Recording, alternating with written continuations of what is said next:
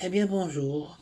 Bon, cet après-midi, je réfléchissais à la supraconscience et au chemin que j'ai parcouru, aux questions que je me pose, au mal-être dont j'ai parlé hier et au fait que, comme pendant le Covid, j'ai résisté, disons, à toutes sortes de pressions et que j'ai, disons, plutôt favorisé la confiance dans mon être intérieur et que j'ai pas été malade, que j'ai rien attrapé. Donc je me dis que je suis sur la bonne voie. Bon, c'est vrai que ça m'arrive d'être mal, de subir les influences, disons, des des ondes de la 5G, des ondes de l'électricité, des ondes de mon téléphone, et que la nuit j'ai été un petit peu sujette à des attaques. Mais en fait, depuis que j'ai mis, disons, la conduction en cuivre sous mon lit, j'ai remarqué que ben, c'est beaucoup moins. En fait, je suis tranquille. J'ai plus d'attaque. Alors, c'était un bon truc de mettre, disons, un fil. En fait, j'ai fait un fil électrique avec un plus en haut. J'ai relié, disons, avec un autre moins plus au milieu, puisque je n'ai pas assez de fil, et je l'ai mis, euh, ça donne au pied de mon lit, donc de la tête aux pieds, j'ai un cordon de fil de cuivre. J'ai aussi remis des bracelets en cuivre autour de mes poignets.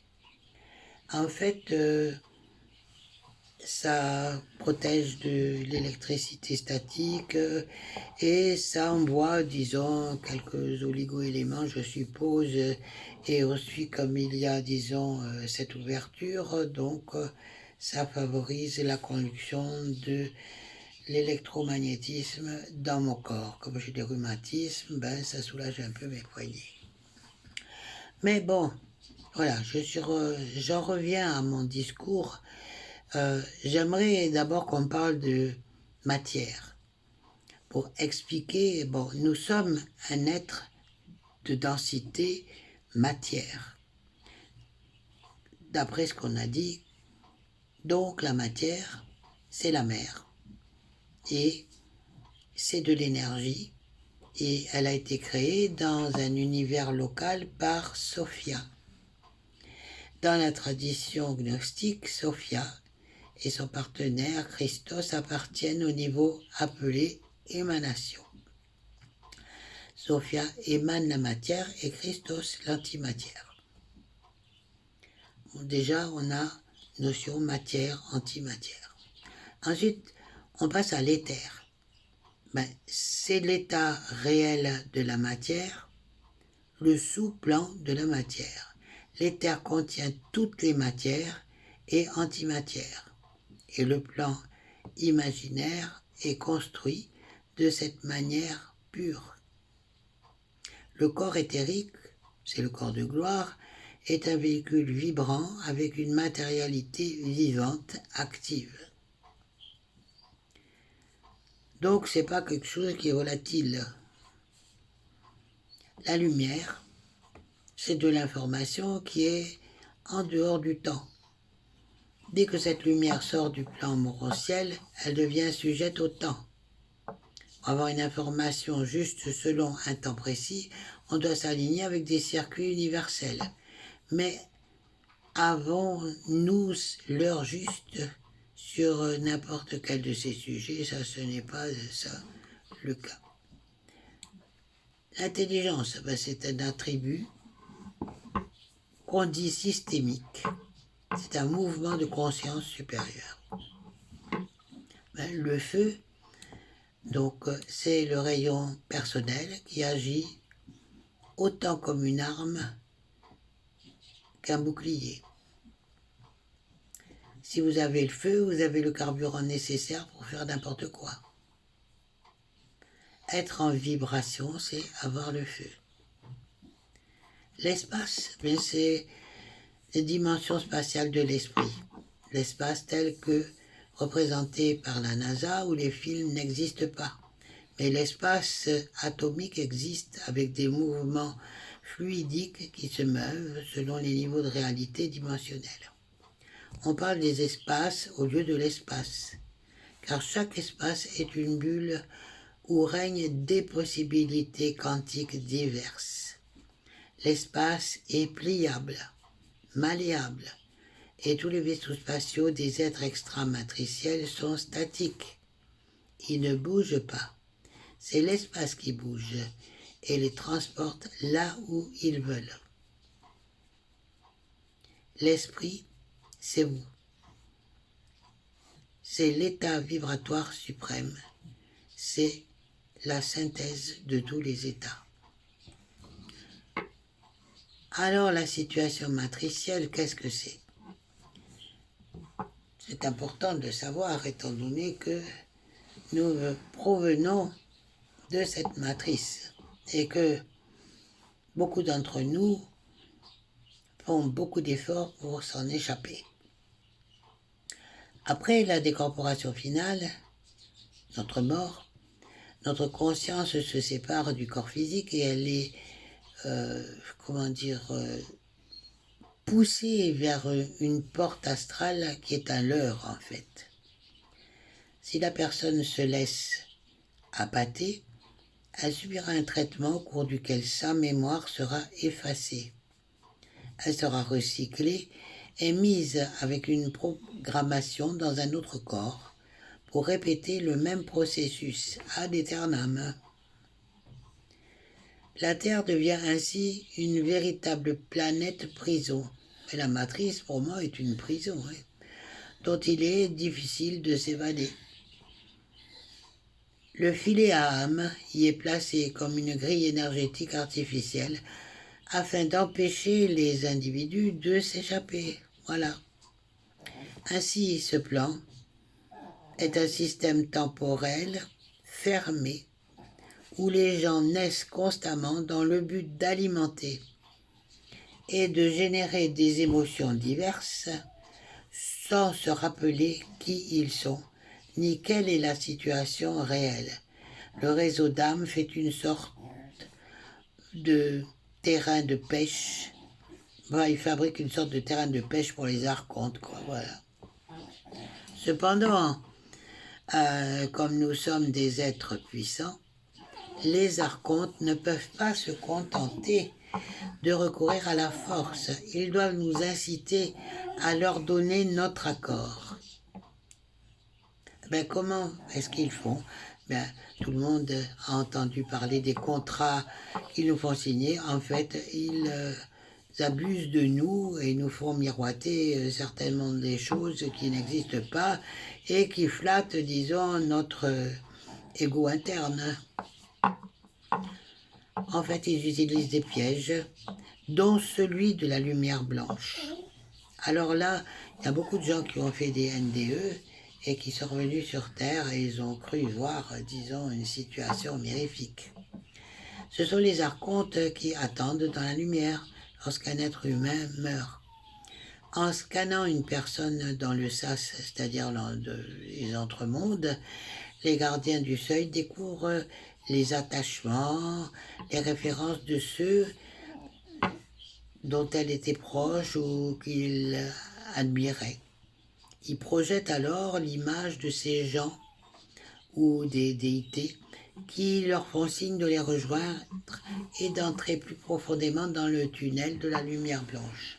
Ben, si vous tombez dans le panneau, vous allez être attrapé encore une fois et envoyé dans une autre incarnation et probablement celle de leur choix, alors que vous avez toujours pensé jusqu'à présent que c'était vous qui étiez les maîtres du jeu et que vous aviez pu choisir vos parents, votre mission de vie, votre âme, etc.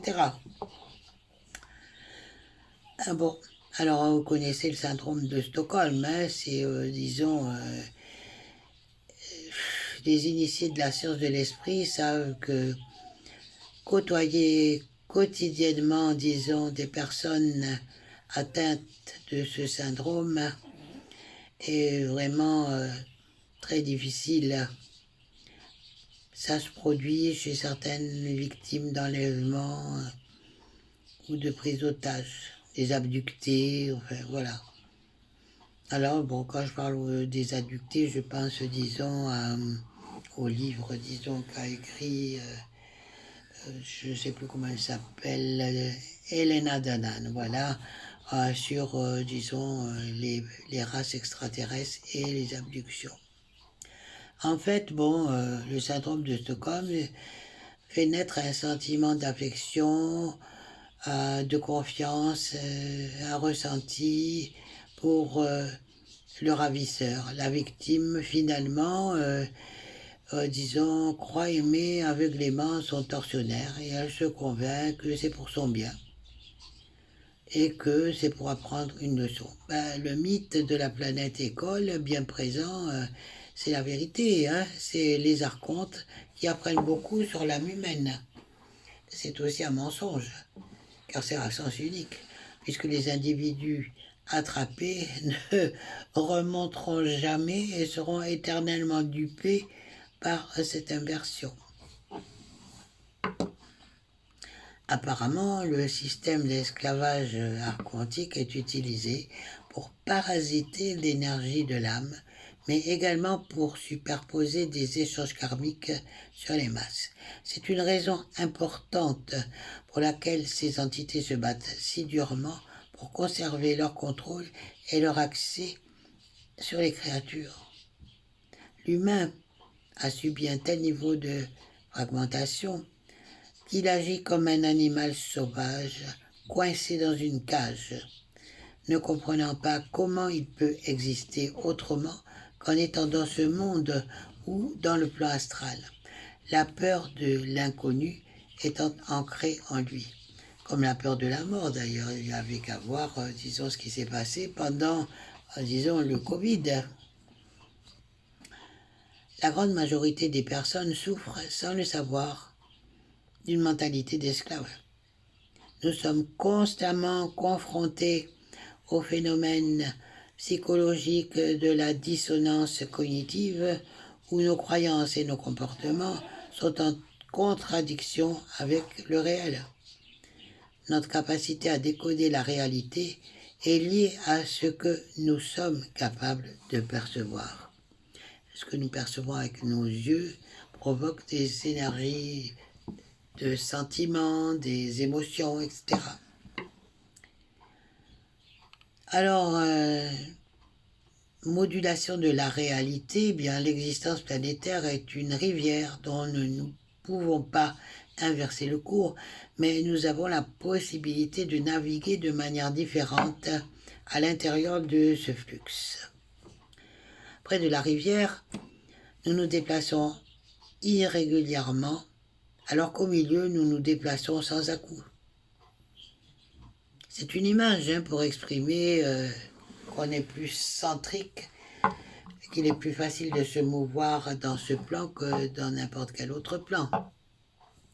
L'intention est un commandement, et lorsqu'il est fait avec discernement, le commandement est l'exercice approprié du pouvoir souverain, car il mène à la décision. Avec le temps, peut-être que vous arriverez à lire quand la réalité est banale et distinguer ce qui est important. Vous deviendrez probablement meilleur dans l'intention de faire ce qu'il est possible de faire. Mais en résumé, vous allez vous-même vous auto-centrer et fixer vos priorités.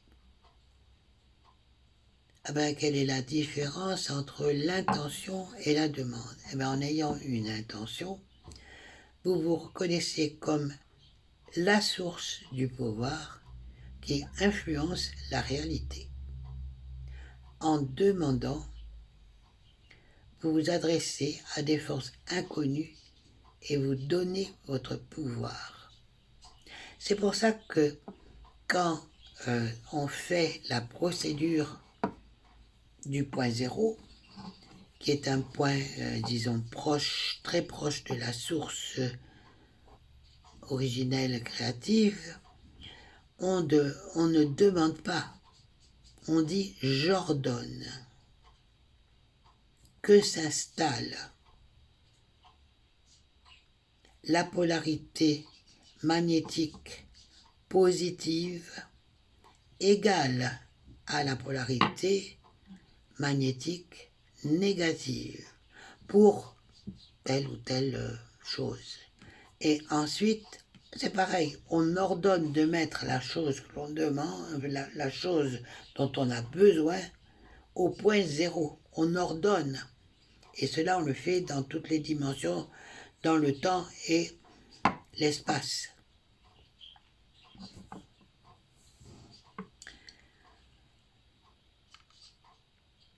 Alors, pour parler de l'aspect technique, lorsqu'un système quantique n'est pas observé, il reste dans un état d'onde fluide réparti sur un spectre de probabilité. Mais quand on l'observe et qu'on le mesure psychiquement, l'onde se modifie. En fait, notre pensée modifie sans arrêt le flux de l'onde. L'observation consciente transforme une onde de probabilité en une particule tangible définie. Ceci vous permet non seulement de reprendre en main votre énergie créatrice, mais d'activer votre luminous epinoia. Et ça, c'est connu des archontes. Et ils ne veulent surtout pas que vous réalisiez cela. Alors maintenant, je vais parler de la fraude de l'ascension, parce que là, vraiment, c'est vraiment le truc... on a que faire croire aux gens qui vont passer en 5D, que les je veux dire, les êtres, les extraterrestres vont venir les délivrer, etc. Enfin bon, c'est une absurdité.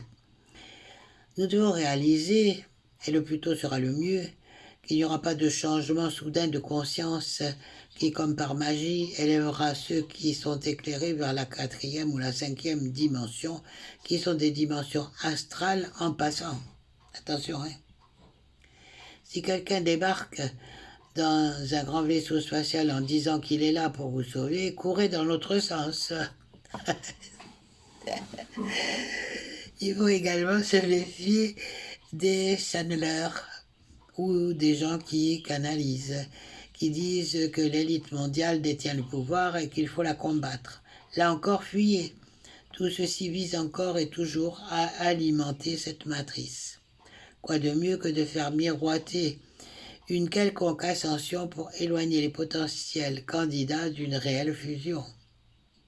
Quoi de mieux que d'assimiler l'individu sous le couvert de l'amour pour éviter qu'il s'intégralise?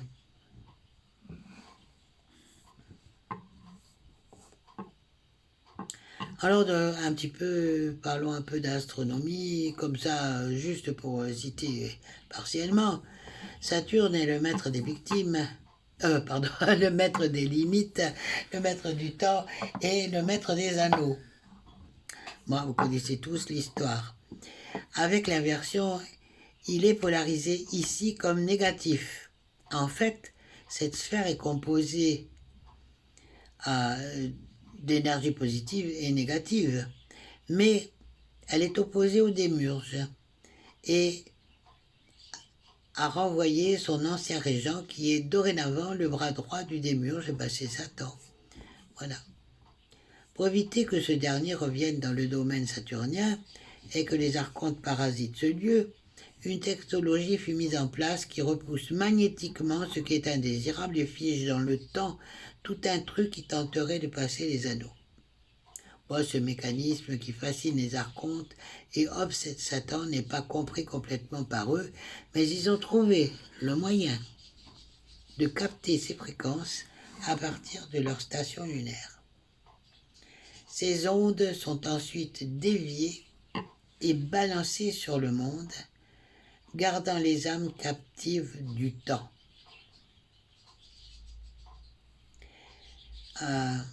Du temps de la matrice, parce que pour l'univers, il n'y a pas de temps.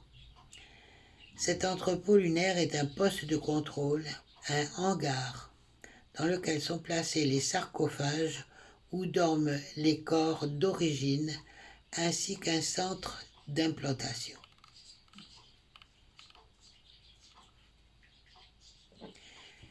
Alors, on a parlé de l'initiation solaire, et je vais glisser un mot sur l'initiation astrale ou lunaire, qui est en lien avec le centre d'implantation cité plus haut. L'initiation lunaire permet à l'homme d'avoir l'impression de l'énergie sans vraiment être en contact avec l'énergie. Il a donc un effet mirage et une déformation des réalités. Qu'est-ce que ça rappelle? Ça rappelle exactement la conférence qu'a donnée Mathias de Stefano à propos de la déformation de la lumière qui passe à travers un miroir et qui change les données de la réalité et qui change beaucoup de choses par rapport à la création des êtres et des choses et des planètes, etc. Alors que l'initiation solaire se fait en pleine conscience, et c'est ce qui bouscule, l'initiation lunaire se fait dans un état de conscience dissocié. Ça rappelle un peu, disons, quand on boit de l'ayahuasca ou quand on fait, disons, un processus avec un chaman et que, disons, voilà, on est dans un état de en mi-rêve, à mi-rêve, à mi-chemin de la réalité. Et si ce qui normalement doit réveiller en nous un état de conscience supérieure après avoir fait ça. Bon, moi, excusez-moi, je rigole, hein, parce que je trouve que il n'y a pas plus aberrant que ça. Moi, j'utilise le rêve pour la création. Dans les expériences que j'ai faites par rapport, disons, à l'hypnose régressive, là, on est carrément projeté dans la matrice de l'astral et on voit ce qu'on a soi-disant vécu. En fait, on nous sert des scénarios qui n'ont rien à voir avec ce que nous avons vécu autrefois. Voilà, ce sont des mémoires implantées, ce n'est pas la vérité. Bon, alors pour en revenir à la partie solaire électrique, elle ouvre un canal qui donne accès au circuit universel. Donc, c'est là-dessus qu'il faut se brancher. Pour l'initiation lunaire, cette opération se fait par la pose d'implants afin d'exalter le magnétisme et la mémoire, c'est-à-dire l'âme. C'est donc un traitement artificiel qui met la personne dans un état second. C'est une initiation de mort et n'a aucune valeur du point de vue éthérique. Alors, tout le monde a entendu parler de la coque astrale. Et donc, en fait, il est implanté, il y a un implant spécialisé dans l'élaboration d'une enveloppe ou coquille qui donne l'impression d'être. Cette coque agit comme une substitution d'une activité qui est sur un autre plan et qui est cosmique. Il y a plusieurs types de coques, mais toutes ont le point commun de rendre l'individu fantomatique. Un être ayant subi une initiation lunaire devient un spectre. Un lémur étant incarné que désincarné. Vous avez déjà peut-être croisé ce type de vampire énergétique.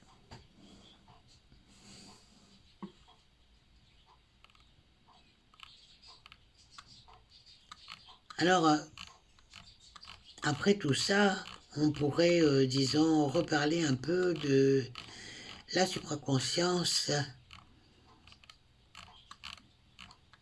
et, disons,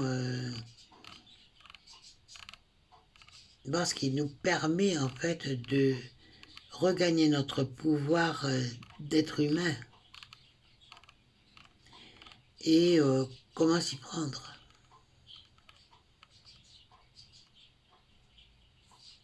En fait, comme je disais tout à l'heure, l'individu, pour atteindre la supraconscience, doit percer le voile du grand mensonge matriciel et voir en face la manipulation extrême du plan astral.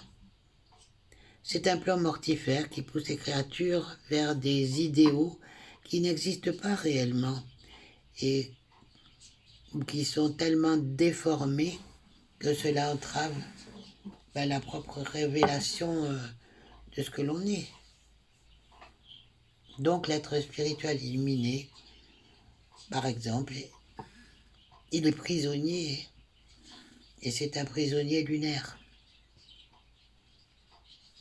Cette illumination est une lumière bifurquée, c'est-à-dire que l'information est volontairement faussée et passera pour de la sagesse, alors que c'est en fait de l'exploitation de votre psychisme. La seule constatation qu'on peut faire ressortir pour que, disons, un individu sorte de cette torpeur mystique, c'est de le faire basculer vers autre chose, un autre palier, non pas magnétique, mais cette fois-ci éthérique. Donc, comment savoir faire cela ou le réaliser? Commander au monde de la mort, par exemple. Pour arriver à briser les chaînes de l'involution, l'initié doit être à même d'intérioriser son énergie pour ensuite l'extérioriser. Vous savez, ce petit... Voilà, ça sort du cœur. Quand vous êtes allongé le soir dans le lit, vous extériorisez. Voilà. Maîtriser les infusions des courants qui nous transversent revient à passer sous une lampe ultraviolette, bien sûr, interne pour toutes les effusions émotionnelles et de contaminer ainsi le terrain mental. C'est un exercice difficile parce que les forces astrales ne sont pas du tout prêtes à laisser le pouvoir à l'homme, puisque ça revient pour eux à, je vais le dire, réduire leur garde-manger. Changer la diète d'une entité est certes complexe, mais faisable. Et pour cela, nous devons redevenir propriétaires de notre psychisme, de notre établissement personnel. Cette cuisine deviendra non plus le buffet à volonté des archontes, mais un lieu alchimique où les recettes créatives systémiques s'élaboreront dans le creuset de votre conscience, quand le feu interne sera modéré et ainsi la haute intensité, une transmutation pourra s'opérer et prendre de l'expansion en vous. Chacun son temps, vous savez. L'homme supraconscient est dans une conscience où l'homme est totalement transmuté, ce qui n'est pas le cas actuellement. La plupart des hommes croient à l'âme, l'esprit, le corps, etc. Il n'existe plus en fonction de la mémoire planétaire. Il évolue par rapport à la juxtaposition, à la surimposition de son rayon avec ses centres subtils.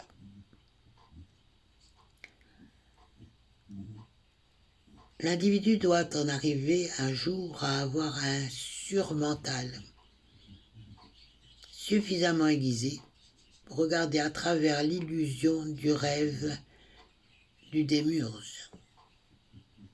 Quand il contrôlera son énergie psychique, il souffrira beaucoup moins et différemment, car elle pourra enclencher une action hors de la portée des archontes qui modulera sa propre réalité. C'est à ce moment-là que l'on peut parler de surhomme, de l'homme de la sixième race, qui est capable, à ce stade, de passer de la mort de mémoire à la mort blanche.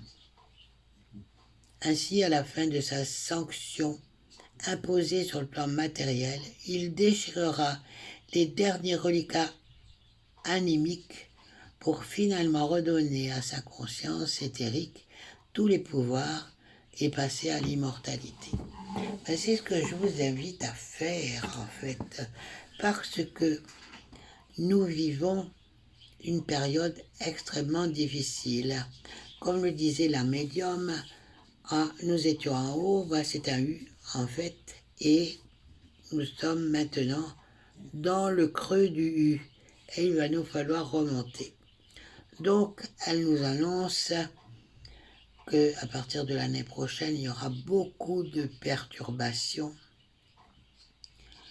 avec beaucoup de violence, que ça commencera aux alentours des premiers jours de janvier. Elle nous donne 9 janvier.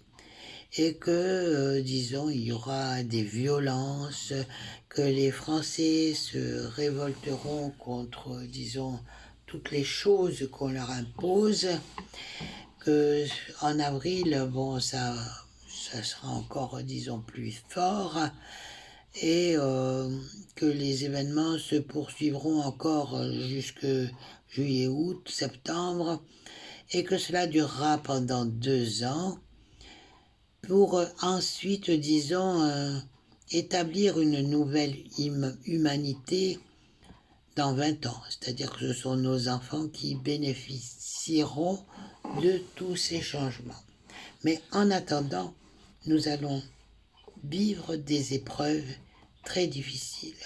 Donc, et c'est pas seulement, disons, sur le plan de l'humain, ça peut aussi être, disons, des variables au niveau, disons, de la terre, de l'eau, du soleil, peut-être des tremblements de terre, des catastrophes. Voilà. Donc, et puis, bon, vous vous rappelez, on a eu le Covid, donc ça a commencé comme ça. Et il se peut que, bon, il y ait aussi, disons, d'autres gens qui veuillent nous imposer encore, disons, une vaccination ou, disons, un enfermement en signant un papier d'autorisation de sortie. Voilà. Donc, je vous invite à vous aligner avec votre être intérieur, en fait, à être un humain créateur, un humain qui conscientise et qui ouvre les yeux et qui voit ce qui se passe autour de lui et qui reste, disons, serein par rapport à tous ces événements. Ivanov nous invite à rester souriant. Bon, c'est sûr que quand il y a des difficultés, on ne peut pas toujours rester souriant. Bon, c'est la peine, la maladie, tout ça, quand ça s'abat sur vous, c'est pas très évident à le vivre. Mais malgré tout, il faut garder un feu intérieur constant. Un feu qui vous illumine. Et même si vous sentez que les énergies vous oppressent, vous écrasent, vous pressent comme un citron, il faut garder confiance. Il faut vivre en paix avec vous-même, tout simplement. Allez dans la nature, asseyez-vous sous un arbre, sentez ses racines, sentez son écorce, voyez ses branches, ses feuilles. Profitez de ce moment pour être complètement au calme. Voilà, juste profitez de ce que vous voyez, le brin d'herbe, l'air, la fleur, le paysage qu'il y a autour de vous. Restez complètement zen, je dirais. Voilà, merci. À bientôt pour une autre de mes réflexions que je partage bien sûr avec vous. Et si vous avez envie de me répondre, n'hésitez pas. Hein. Vous pouvez le faire sur YouTube ou disons sur Facebook. Il n'y a aucun problème. Bye bye, bon après-midi.